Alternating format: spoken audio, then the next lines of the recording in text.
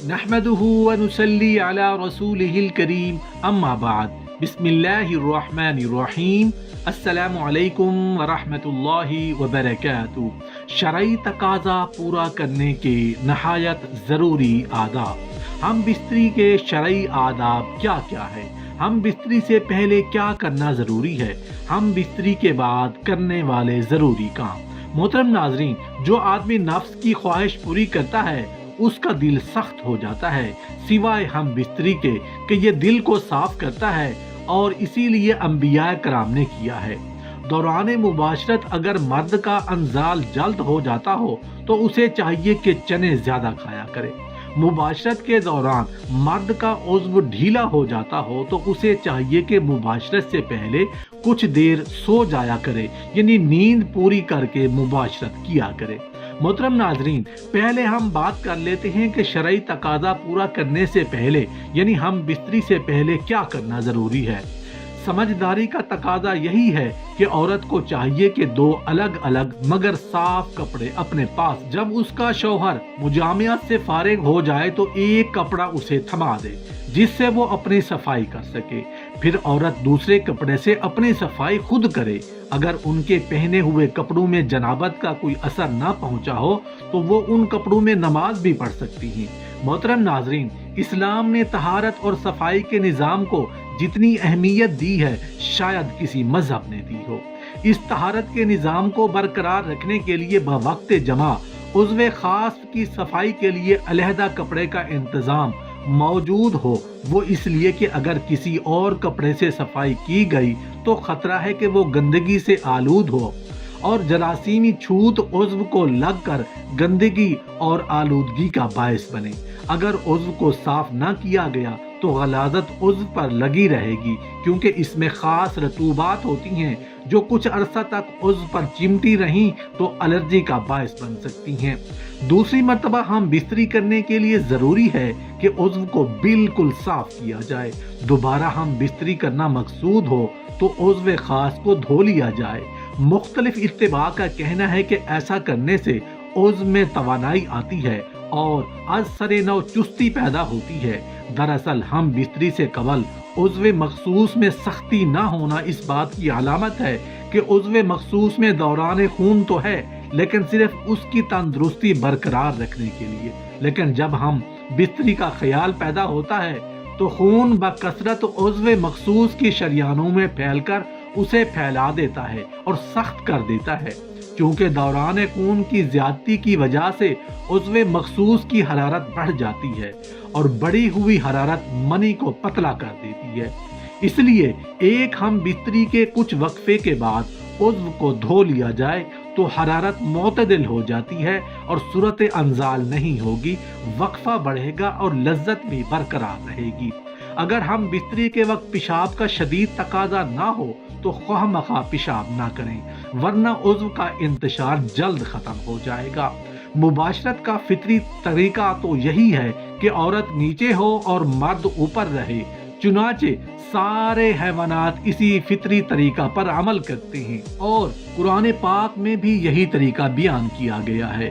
اس کی صورت یہی ہو سکتی ہے کہ عورت چت لیٹے اور مرد کے اوپر لیٹے تو اس طرح مرد کے جسم سے عورت کا جسم ڈھک جائے گا۔ اسی طریقہ میں زیادہ راحت اور آسانی ہے، عورت کو بھی مشقت نہیں اٹھانا پڑتی، نیز استقرار حمل کے لیے یہ بھی طریقہ مفید ہے۔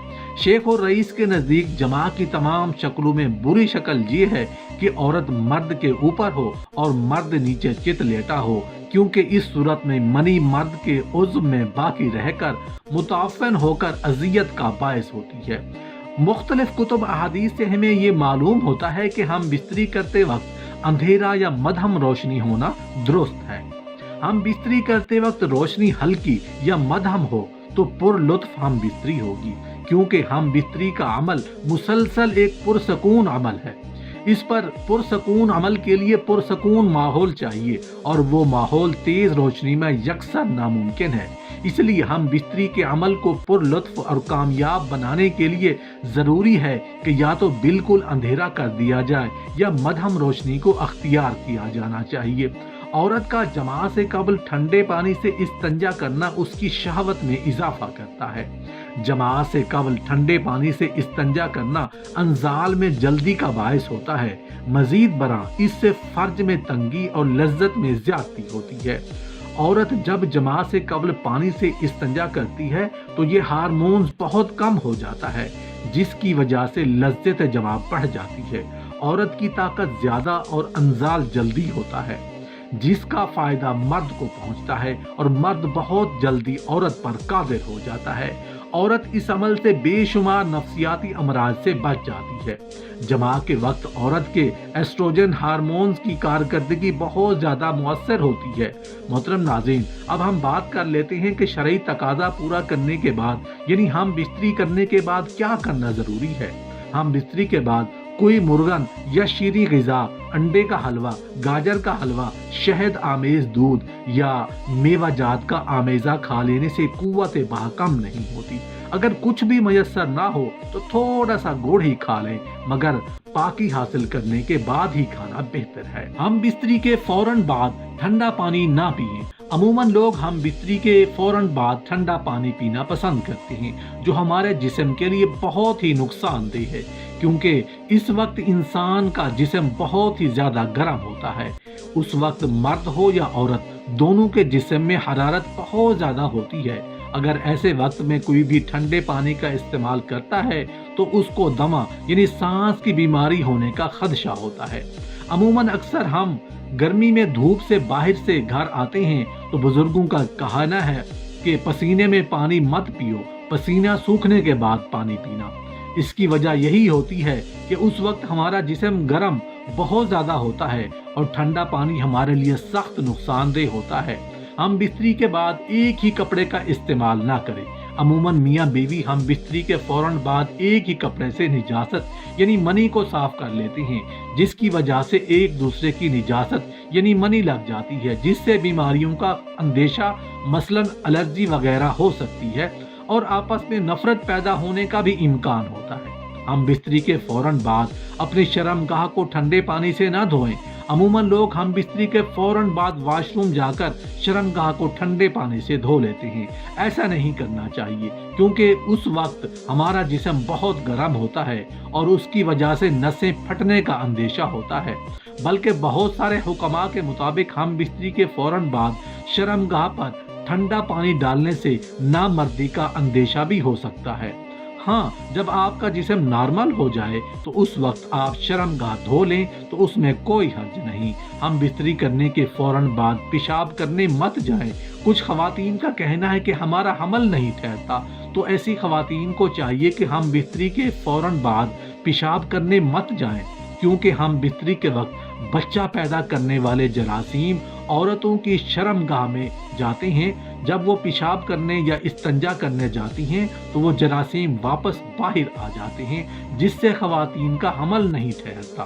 اس لیے خواتین کو چاہیے کہ وہ ہم بستری کے بعد کم از کم 15 سے 20 منٹ تک لیٹی رہیں اور وہ اس کے بعد ہی استنجا یا پیشاب کی حاجت ہو تو جائیں، تاکہ جو مادہ یا جراثیم اندر گیا ہے وہ باہر نہ آنے پائے۔ ہم بستری کے فوراً بعد آپ کبھی بھی نہ نہائیں۔ عموماً لوگ ہم بستری کے فوراً بعد نہانے چلے جاتے ہیں، حالانکہ اس وقت جسم میں حرارت بہت زیادہ ہوتی ہے۔ ایسے میں اگر آپ اپنے جسم پر ٹھنڈا پانی ڈالو گے تو یہ بھی آپ کے جسم کے لیے بہت نقصان پہنچا سکتا ہے۔ اس لیے عورت اور مرد کو چاہیے کہ ہم بستری کے بعد کم سے کم 15 سے 20 منٹ کا وقفہ ہونا چاہیے، تاکہ آپ کے جسم کا درجہ حرارت نارمل ہو جائے اور اس کے بعد آپ نہانے، پیشاب کی حاجت یا استنجا کے لیے جائیں۔ اگر آپ لوگ ہم بستری کے فوراً بعد نہائیں گے تو اس سے بہت سی بیماریوں کا اندیشہ رہتا ہے۔